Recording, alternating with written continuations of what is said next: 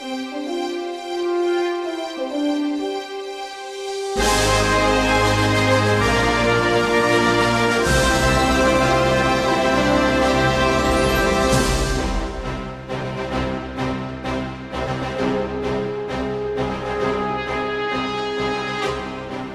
there, and welcome to the Time Machine with Trish and Mike. I'm Mike. And I'm Trish. And we're glad you're with us once again for a magical, mystical, musical adventure through time. And I think I've used magical and mystical before, but it went with musical because we've got several music topics for today. And quite honestly, music is on my mind because tonight, as you're listening to this, I will be going to a concert. An arena. A real concert? Yes. With real people? Yes. You know, it's been a while. My goodness. But yes, I will be seeing the Eagles tonight. So I'm very excited. Oh, that's so nice. Yes. I hope you have lots of fun. I plan on it. Yeah. I wish not too much fun. Yes. The mom and me's gotta come out. You be safe. You call Mama Trish, you call Mama T. I will. The only thing you get home safe. The only thing I wish it wasn't on a Thursday. That's a weird concert night. Yeah, because usually concerts are on like Fridays or Saturdays, but yeah, sometimes you get them midweek, which is nice because it breaks up your week. But at the same time, it's like you're gonna be tired come tomorrow. It's like I'm not gonna get out of there till 11, and I gotta be at work at 8, and I gotta get home from the show, and so just is what it is, but it's worth it. It'll be fun. Just put on the shades and hide in your office. Yeah, there we go. That's a good plan. It's like I got nothing. There's nothing exciting going on. No, and there's no Olympics because the Olympics wrapped up. No, so over. There's nothing for you. There's nothing. Now. Yeah. Sorry. Thanks, Mike.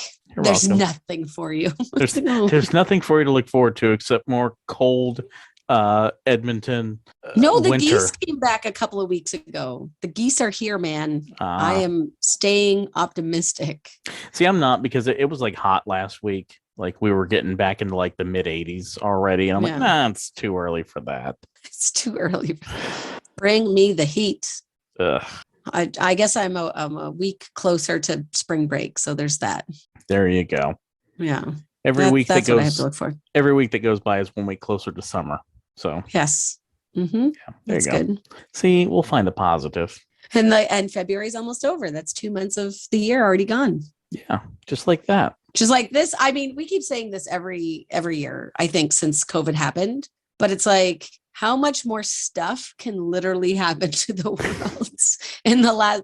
It's like a whole year's worth of new stuff has happened in 8 weeks. I'm exhausted. No, it really does, and it feels like, and you can. I don't want to get into the whole debate over this. Is it the science? Is it the politics? Is it elections? Is it whatever? But it seems like we are starting to. I don't want to necessarily use the phrase "move on" because it's still going to be around. Yeah. But I think we're starting to get to a point where people are just tired of it. Oh, and yeah. Like I want to say don't care anymore, and because that's a very dangerous thing to say. I think though that like people's empathy batteries are definitely running low. Like people are getting more frustrated and right. Yeah. And so yeah, we need sunshine to perk everyone up and make everyone cheery again. Well, less grumpy. Yeah, and something that can do that for people is The Wizard of Oz. Yeah, that magical moment when it transitions from black and white into color. That's what we need in our life right now. I feel like we're getting there slowly. I hope so. But yeah, February 24th, 1938, MGM is going to buy the rights to The Wizard of Oz. Yes. And they're going to pay a whopping $75,000 for the rights to the book, which when you calculate inflation is roughly $1.5 million today. Which is still not a lot. That's a good chunk of change, though, for just the rights. Right, just for the rights. But I mean, like knowing what you wind up getting, and that's the thing when you're buying the rights to a book, you don't really know ultimately if the movie is going to be successful and how successful it'll be. But you got to figure somebody like say Stephen King. You know, what's that? What was that movie, or was it a Netflix show or something he had a couple of years ago that everybody was all? He's had a couple because was Under the Dome his? think so. What's the one I'm trying to think of? I'll tell you here in just a second. Because he's got so many. My point is, I guarantee the Dark Tower. That's what I'm trying to think of. Oh, okay, yeah. Like he had to get more than 1.5 million for that. Well, yeah, because it's like, how much money are they actually going to reap in from that? Right. So tons. Yeah, but yeah, good for Frank. Good for Frank. Not so good for the little people on set. I was looking into all these various facts, and I came across the fact that Toto was actually a girl dog, a girl Karen Terrier named Terry. She was paid $125 a week. How do you pay a dog? I goes into the bank account for the dog and trust of the human. I don't know. you pay a dog in milk bones. I mean, and you pets pay and snuggles. The owner. It said paid the dog $125 a week, which it works out to $2,500 a week nowadays. It's like, man, how can I be a dog in a movie? I mean, I just got a raise, but this damn dog makes more than I do. But the actors, right? It was more than many of the Munchkin actors got. The dog was paid more than people with literal lines. The Munchkins probably got paid in Munchkins. Oh, were they a thing back then? They probably weren't. Was Dunkin' Donuts even a thing? Probably no, not back then. Back then. Yeah. But Toto lived to have a happy career in movies until she sadly passed away in 1945. Oh, poor Toto. Poor Toto. Well, we're not in Kansas anymore, but thankfully she went to go on and bless the rains in Africa. That's right. Not in Kansas anymore, but definitely in Middle Earth, because February 25th, 1971 is going to be Sean Astin's birthday. Look at you nailing the transitions. I'm so proud of you. I'm learning from the master, which, I'm a big Hobbit fan. So I like all the Hobbits. I did get to meet Sean Astin a couple of years, like obviously before COVID. Or was it before then? I can't remember who I met first, Sean Astin or Elijah Woods. I met both of them, which was cool. Then I was supposed to round it out with, Billy Boyd and Dominic Monaghan, but COVID canceled the Hobbit's return to Calgary. So, well, they should be on your schedule for this year, right? They are, but I'm still just not going to conventions yet. Gotcha, because they've There's announced too much them, going on. Yeah, because they've announced them for here in May for Mega, because they were originally scheduled for 2020, and then I think they had announced them for 21. Yeah, they did, and then they came back and they said we're going to do it in 22.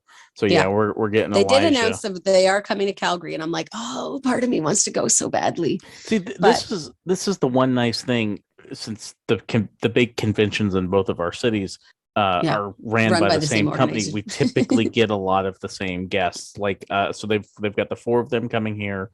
They have Karate Kid guy. Oh, Martin Cove.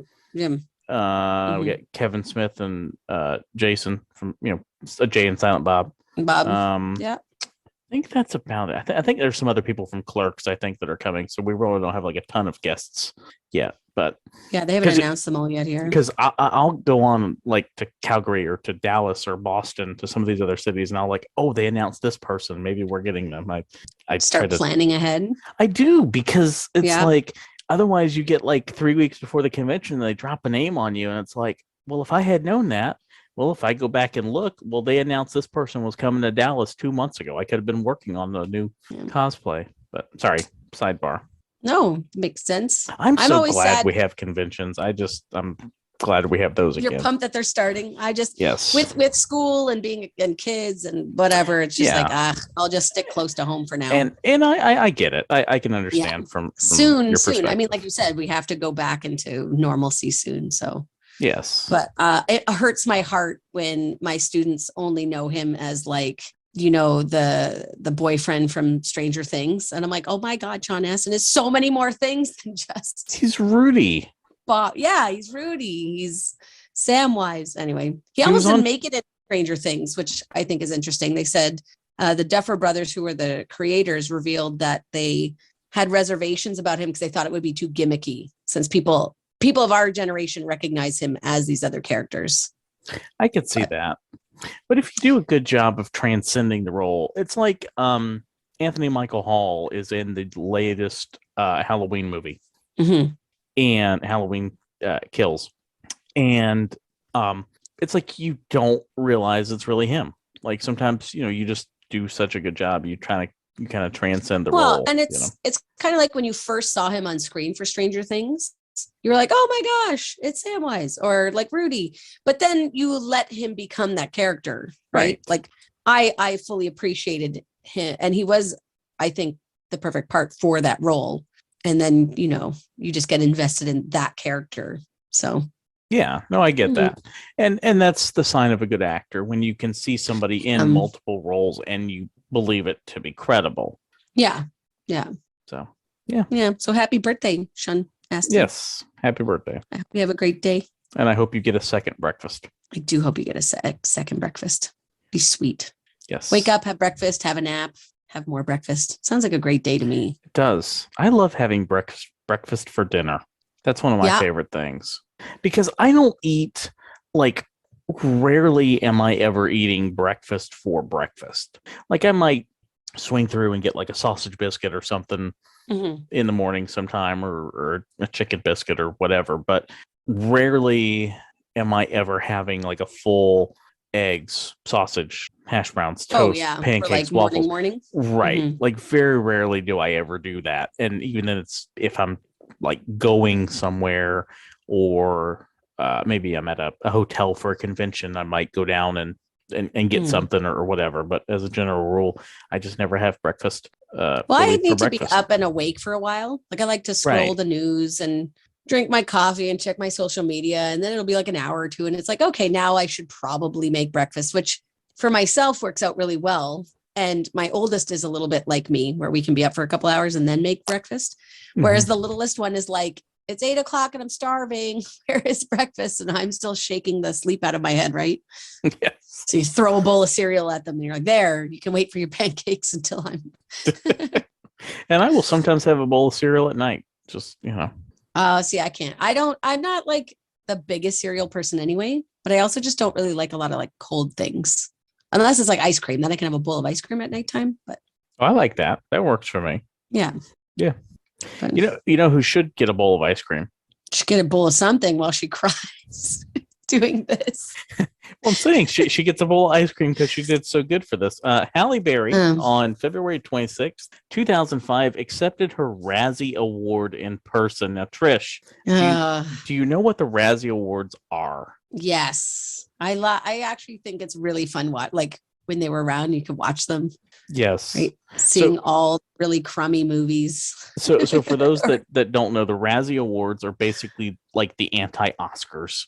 So it's like, you have done such a bad job in this role. Here's an award. It's like this year there is literally an entire Bruce Willis category. I did see that. And I like Bruce Willis, so it pains me to see that. But so, worst movie of the year, worst actor of the year. And so Halle Berry wins this for Catwoman. Totally deserved. Totally understandable why she would win.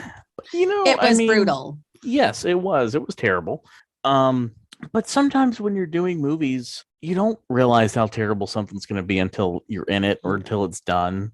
Or you have to be like Nicolas Cage. Like, Nicolas Cage will sign me up for whatever movie's thrown at. Like, I am there for any Nicolas Cage movie, but he knows, he's like, I'm just signing up and this movie could be trash, and he has fun with it. Right. Yeah, at least he embraces the absurdity. Yes. It's like Samuel L. Jackson in Snakes on a Plane. Oh, yeah. He knew this movie is absolute crap, but I am going to just have fun with it. Fun. Yeah. And, but when you try to take yourself serious. Right. If you play that movie seriously, it's terrible. But if you, do it with a wink and a nod, it's all good. But to her credit, like, a lot of these people don't go in person hardly ever. Right. I think she was only like the first or second person to ever collect one in person. And they actually, reporters asked her, and this is her quote about saying why she went. She's like, I went to the Razzie Awards because I feel like we all take ourselves so seriously. If we get the Oscar, we somehow are made to feel like we're somehow better than everyone else, but we're really not. If you find yourself face to face with a Razzie, does that mean you're the worst actor there ever was? Probably not. If I can show up to collect an Oscar when you're honoring me, I can certainly show up to collect a Razzie when you say, good try, but do better. I always learn that if you can't be a good loser, then you don't deserve to be a good winner. So I went there and I made fun of myself. And I don't know, without doing the research, she's probably one of the few people, might even be the only person, that has an Oscar and a Razzie. We should Google that. Yeah, because she won for Monsters Ball in 2002 for Best Actress, and then of course she won the Razzie for Worst Actress 2 years later, which is quite a flip if you think about it. Yeah, within 2 years you've been recognized as the best and the worst at something. So there are they said 3 actors have received Oscar and Razzie for the same role. Sorry, same role. That's interesting how that could even happen. Yeah, James Coco, Only When I Laugh, Amy Irving from Yentl, and Glenn Close from Hillbilly Eulogy. Okay. Oscar winners who have also had Razzies. Nicole Kidman. What? Hold on. This is just like the Explore Entertainment websites. You win some, you lose some, they say. So yeah, you do win some and lose some. Yeah, I guess. I'm trying to see. I hate when it's always like a slide and you're like, it takes so long. Oh, one of all these click things, and they're getting all the ad money. I mean, and they said Eddie Redmayne earned a Best Actor Oscar in 2015 for The Theory of Everything, but he also picked up the 2016, the next year, Razzie Award for Worst Supporting Actor in Jupiter Ascending. Okay, Nicole Kidman, yes. So she won in 2006 for Bewitched for Worst On-Screen Couple with Will Ferrell. Oh, that, yeah. Which, but that's okay. So that's like a technicality. That's like winning an award for being a duo. You know what I mean? Like in music, she didn't get Worst Actress or something. She was nominated for Worst Supporting Actress for Just Go With It in 2012 for the the Golden Raspberry Awards is what the full name is, which is why I keep getting tongue tied. But she did win Best Actress in the Oscars for The Hours in 2002. The Hours is really good. Brad Pitt's got one of each. I could see that. He has an Academy Award. No, it says he got 12 Years a Slave, won Best Picture. Yep. But they received Pitt and Tom Cruise received the very first Razzie Awards for Worst Screen Combo for their performance in Interview with a Vampire. See, again, this is where these are like duo awards. Like duo categories. That's not really fair. Right. My girl Sandra Bullock's got one of each. I love Sandra Bullock. Yeah, I could definitely see that. Because she got Best Actress for The Blind Side, but Worst Actress and Worst On-Screen Couple with Bradley Cooper. For what movie? All About Us. I don't even know or that All one. About I remember All About that. Steve. All About Ben Steve. Affleck has 2. Oscar for Good Will Hunting, but a Razzie for Daredevil. There you go. I think that has to do more with his on-screen. That was like on-screen with J-Lo. How did he not win no, he did. Geely was with Geely, that's what it is then. Yeah. Oh, Kevin Costner. Oh, that makes sense. He got an Oscar for Dances with Wolves, one of my favorite movies. I don't know why. I can watch that movie over and over again. But he got a Razzie for his roles in Worst Actor in Robin Hood, Prince of Thieves, and The Postman, which that's not cool. I get that he didn't have an accent for Prince of Thieves, but he had just come off Dances with Wolves. So he didn't have time to practice with a vocal coach for the accent, the British accent.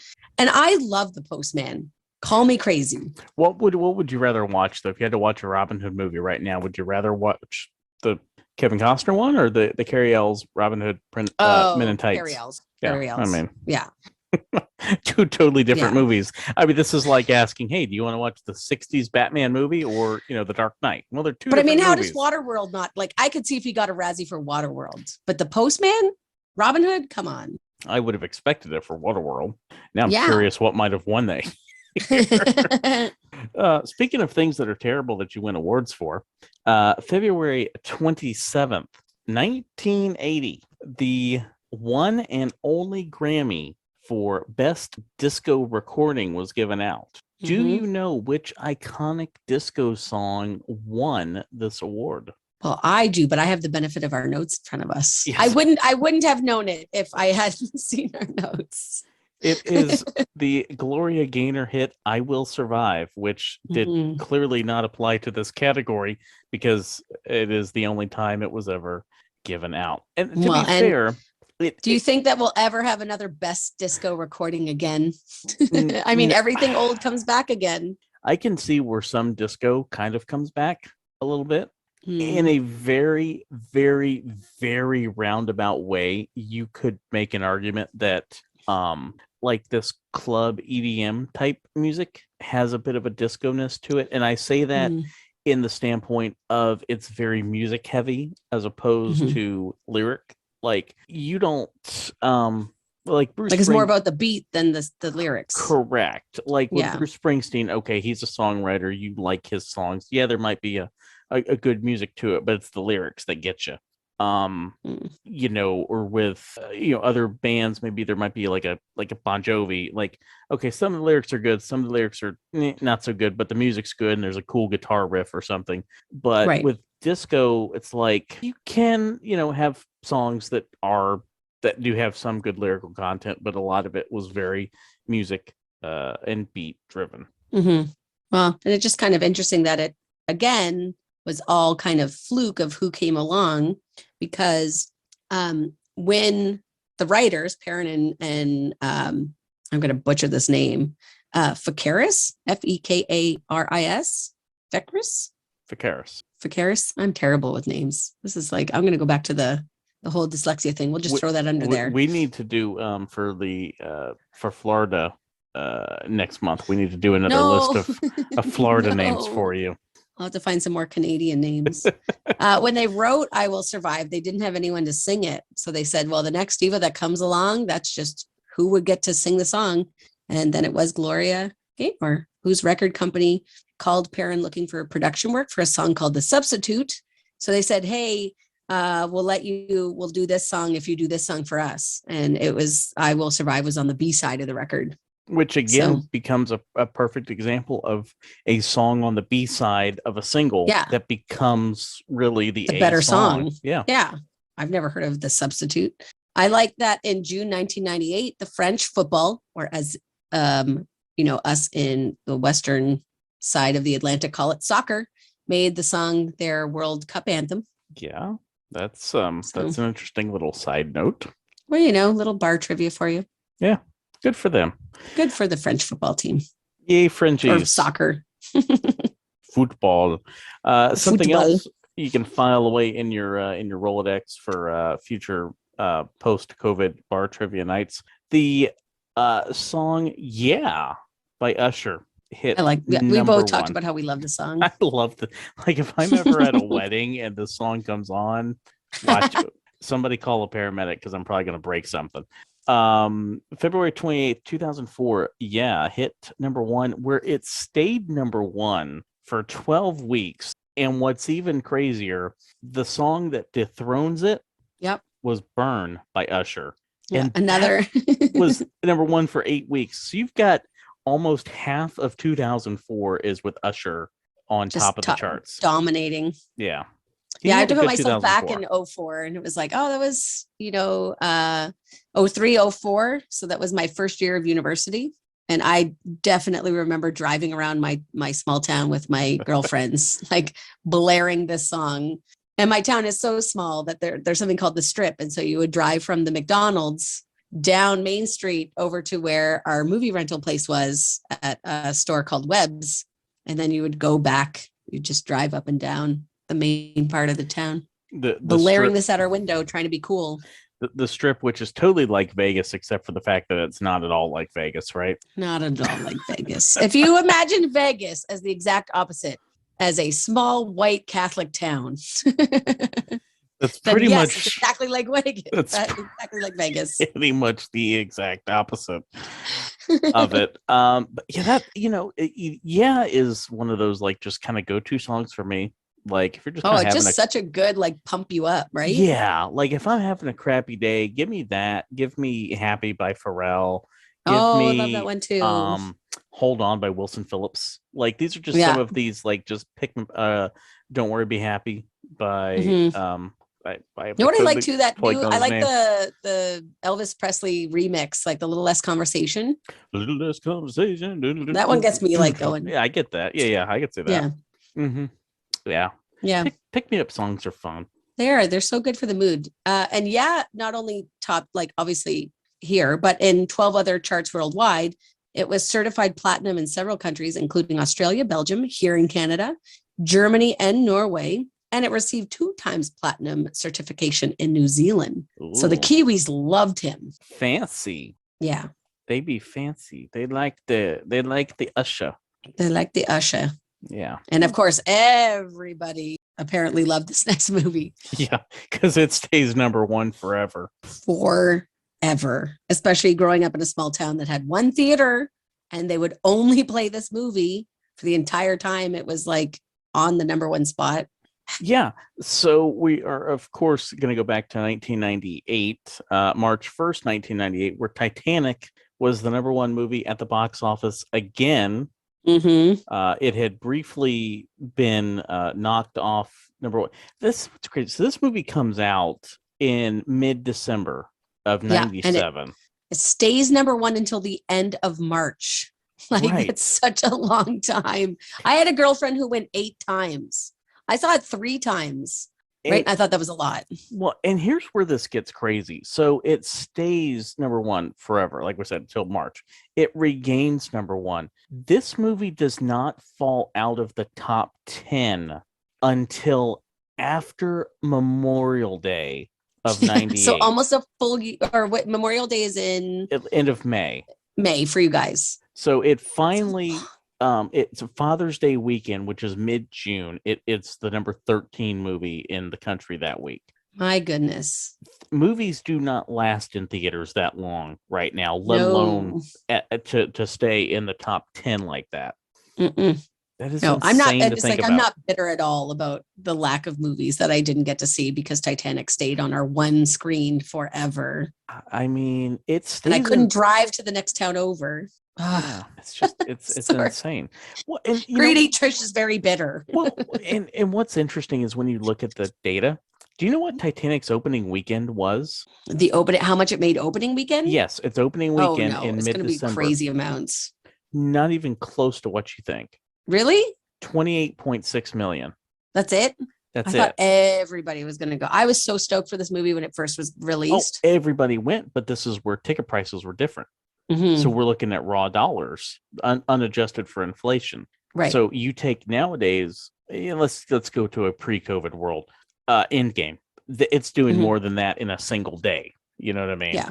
And so, but it was just the staying power. I mean, Titanic, if you look at its weekly box office run, 28.6, 35, 33, 28, 30, 36, 25, like it's consistently doing almost $30 million a week. In fact, their first sub $20 million week was late February. That's incredible. Yeah. When you think about it. I don't think we're ever going to see a movie dominate like that again. Like I have a hard time. No, it was a phenomenon. Yeah. I have a hard time seeing that happen again to that level. I mean, you can have something that maybe stays number 1 for a month or 2. But it's weird how music and movies have flipped in that sense, as we've talked about a few weeks back with how music and number 1 songs are being calculated with streaming. People have number 1 songs now for 30 weeks, which never would have happened. No. Under the old system. But then movies are like, don't agree with the way they do it. Yeah. Right. Yeah. And again, we've talked about different actors playing different roles. Mm-hmm. So reportedly, Gwyneth Paltrow and Matthew McConaughey were in talks to star before it fell through. Cannot imagine that. No, and it's very hard to do because this is 1997. This is not the Gwyneth Paltrow and Matthew McConaughey people are thinking of nowadays. No. This is not, all right, Matthew McConaughey here. This is before Dallas Buyers Club, Matthew McConaughey. Yeah. This is before How to Lose a Guy in 10 Days, Matthew McConaughey. Like he had just done Dazed and Confused. Yeah. Like the year prior or year and a half or whatever it was. And that's like really all that's under his belt. Right. So at this Yeah. point, he's still relative. He's not an unknown, but he's not the proven draw that he was, which is not to say that DiCaprio really was at the time either. Well, he was rising though. I personally Right. didn't like how boyish he was. Right. Yeah, I mean, he'd like been I'm not in, a big Leonardo DiCaprio fan either. well, We but I mean, talk like about these people I don't like. he had been in What's Eating Gilbert Grape and all that. So like he had Well, and done some he's movies. very good. Yeah. And I think in hindsight, he winds up, doing a great job because he is a great actor. I think Kate Winslet does fine. Yeah. I She think, just though, seems older than him in that movie. He's so boyish. And I had so many girlfriends that were like, oh, he's so dreamy. I'm like, he looks like he's a grade 5 child. Like, okay, let's recast Titanic here for a second. oh goodness. We're just, I'm just I don't even know who could play the part. I absolutely know who could do Kate Winslet's part. Who? Nicole Kidman. Oh, yes. Okay. I agree with that 100%. She could have totally rocked that part. Yep. Yeah. And who's going to play Jack, though? It's a very obvious choice. I'm curious. But I think Tom Cruise could do it. And you know what? They were as much as I'm not a Tom Cruise fan, that would have worked. Yeah, no, that would become a very awkward movie at this point because clearly they're not together. Not more awkward than Eyes Wide Shut. Yeah, exactly. But yeah, I think that if you recast that movie with them, I think that works perfectly. Yeah, I could see that. He does have that like scrappy kind of underdogness to him that could pull off that role. Now, what about Billy Zane? Do we keep him or do we recast him? I think he did. Like he knocked that part. Yeah. Like I think we keep him. Yeah, I'm good with that. There's no one really else. Who else in that movie that you couldn't really see being in that movie? You don't really get to know too many other people like right. They're like, I mean, there's a few people here and there you kind of get to know, like, Jack's buddy that he gets on the boat with that gets forgotten about halfway through the movie. Yeah. He did a good part though. Yeah. So yeah. I think Tom and Nicole, I think that works. Would have been good. I like definitely Nicole, but I think Tom would work as well. I like James Cameron gets a little like it's he's trying to be like he didn't want to talk about whether or not the Gwyneth Paltrow Matthew McConaughey thing was true or not, but he kind of like gives a little dig at the end of this quote where he's like, I will neither confirm nor deny, he said, I just don't think that's cool to talk about actors that either chose not to do it or were unavailable or stupidly decided that there wasn't enough meat on the bones of the character or whatever it was. It's like, oh, James Cameron, tell us what you really think about them turning down your roles. I don't have to read between the lines on that deal. I think he's still a little salty. Like, there's the dig. And then, of course, the debate of whether or not Rose and Jack could have been on the door, right? Like that's the big Titanic question is people are like, they both could have survived if they both got on the door. And we've talked about Mythbusters before. And I love the fact that they did an episode about it and they proved that, yes, they both could have been on the door. It was plausible, but only if they strapped Rose's life jacket underneath to add extra buoyancy, which, I mean, I don't know if you're necessarily going to think about doing that as you're drowning in frigid Atlantic waters. No, I don't think that you would either. Yeah, it's just. And again, I like Cameron's quote for that. He's like, look, it's very, very simple. You read page 147 of the script and it says Jack gets off the board and gives his space for her so that she can survive. It's that simple. I mean, it makes for a good story, but it's just like, it really doesn't cast her in a good light. Like, what did you try to do it? Like, couldn't you all have rotated? Yeah, at least try. Show that you're like, come on, Jack, try and get up. And then he falls into the water because they both can't. And he's like being then the gentleman and the hero. And yeah, but like get him on there long enough for somebody else to come by with another piece of wood or something, whatever. Nicole would have done that for Tom. She would have back then. Not, I don't know nowadays. I'm not going there. No, not touching that one. Speaking of things that probably can get very dicey if you get into it. March 2nd, 2009, Jimmy Fallon, Late Night with Jimmy Fallon debuts on NBC. So this is Fallon. This is the beginning of the domino effect. So this is Fallon taking over Late Night, which was Conan O'Brien's old show. At that June, Conan O'Brien was set to take over The Tonight Show from Jay Leno. And boy, did that not go well. The ratings went down. NBC was not happy. And you want to talk about just an ugly, messy divorce that happens fairly quickly. So Conan takes over in June. and he's gone by late January, early Yeah, it's March, not very long. So early like February. what, It's not long 7, at 8 all. months? Something like that. And so Yeah. it was an interesting concept by NBC. So they gave Jay Leno the 10 o'clock hour on prime time every week, or every night, rather. Mhm. So in a sense, he still had a show that he did, but it was on at 10 o'clock. And so the local affiliates hated it because it wasn't a strong lead into the local news. Right. Yeah. Because You're in a losing. sense, you're losing viewership.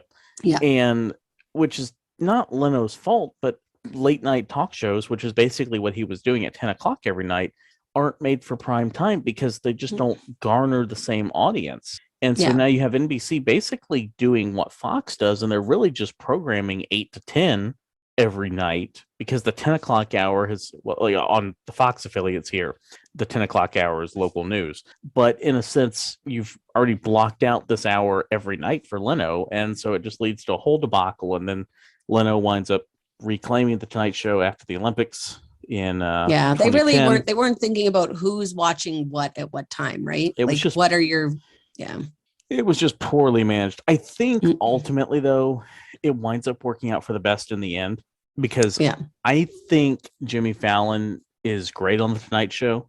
I think he does a phenomenal job, and he doesn't get that job if you stick with Conan.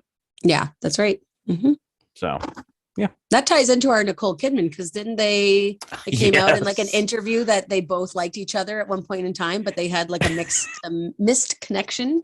Yeah, there was, and he was like, I could have dated Nicole Kidman. Like when he realizes that it's so cute. That clip is so like depressing to watch. Aww. Because you genuinely, and I'm curious how Fallon's wife feels about this, but like you see like this genuine, like just like look aha on moment. his face where it's like, I had a chance with Nicole Kidman.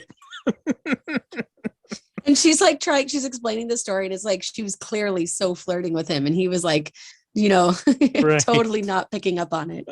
That's cute. I like, though, back in 8th grade, his yearbook, his teachers said that the predictions in the 8th grade yearbook would be that James Fallon will replace David Letterman on the late night show. So even though it wasn't the late night show, clearly already in grade 8, he had the characteristics of somebody that was going to be. Well, it was, because that's where Letterman actually started. So Letterman was on Late Night with David Letterman was NBC. That was the 12:30 post Johnny Carson Tonight Show slot. And then CBS went to Letterman, and when Johnny Carson was retiring and Jay Leno got the Tonight Show, that's when CBS went to David Letterman and said, hey, we'll bring you on at 11:35 and give you your own show. So in just a sense, cool he didn't directly replace David Letterman, because we had Conan ironically in between.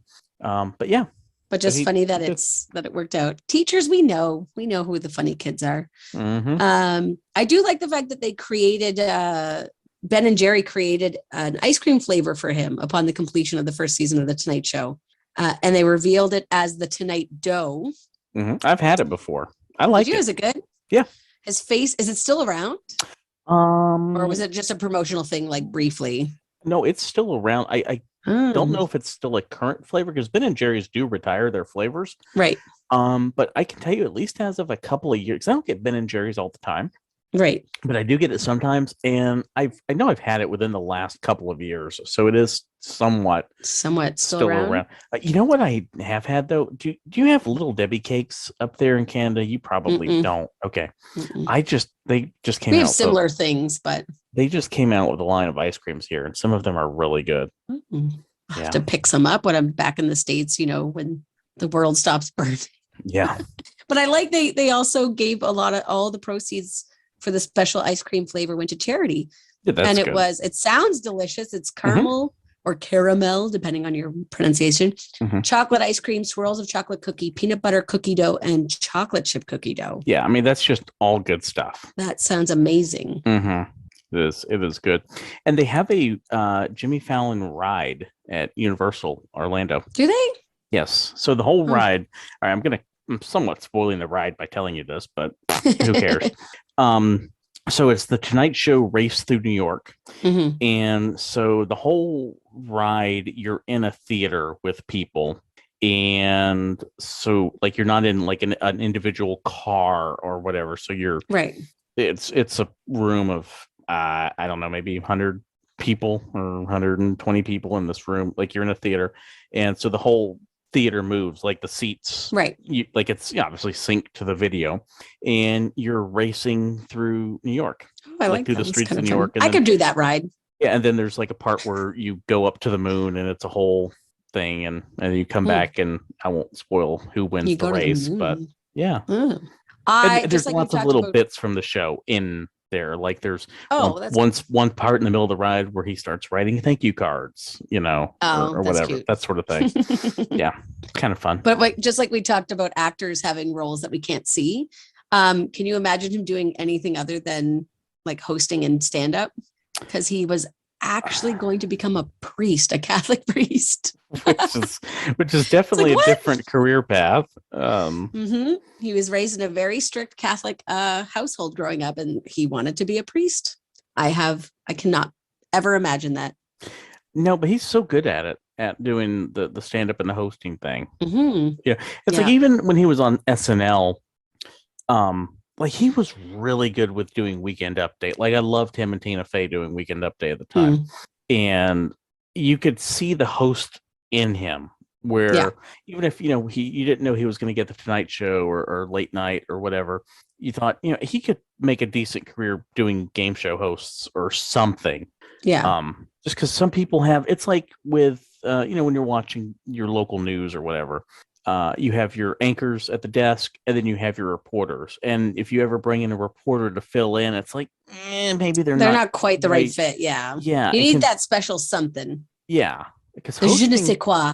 Yeah. No, because hosting, and people take for granted how hard it is to host something, because especially if it's live TV or live radio, you're having to hit time cues for commercials or video packages, and there's so much going on, and you have to be the one running it. Yeah.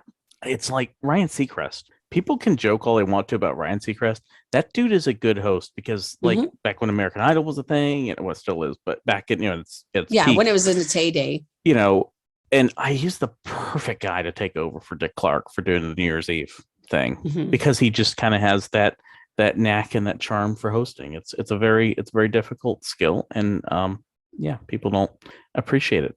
You've got to know how to keep things moving, and we have to keep this moving.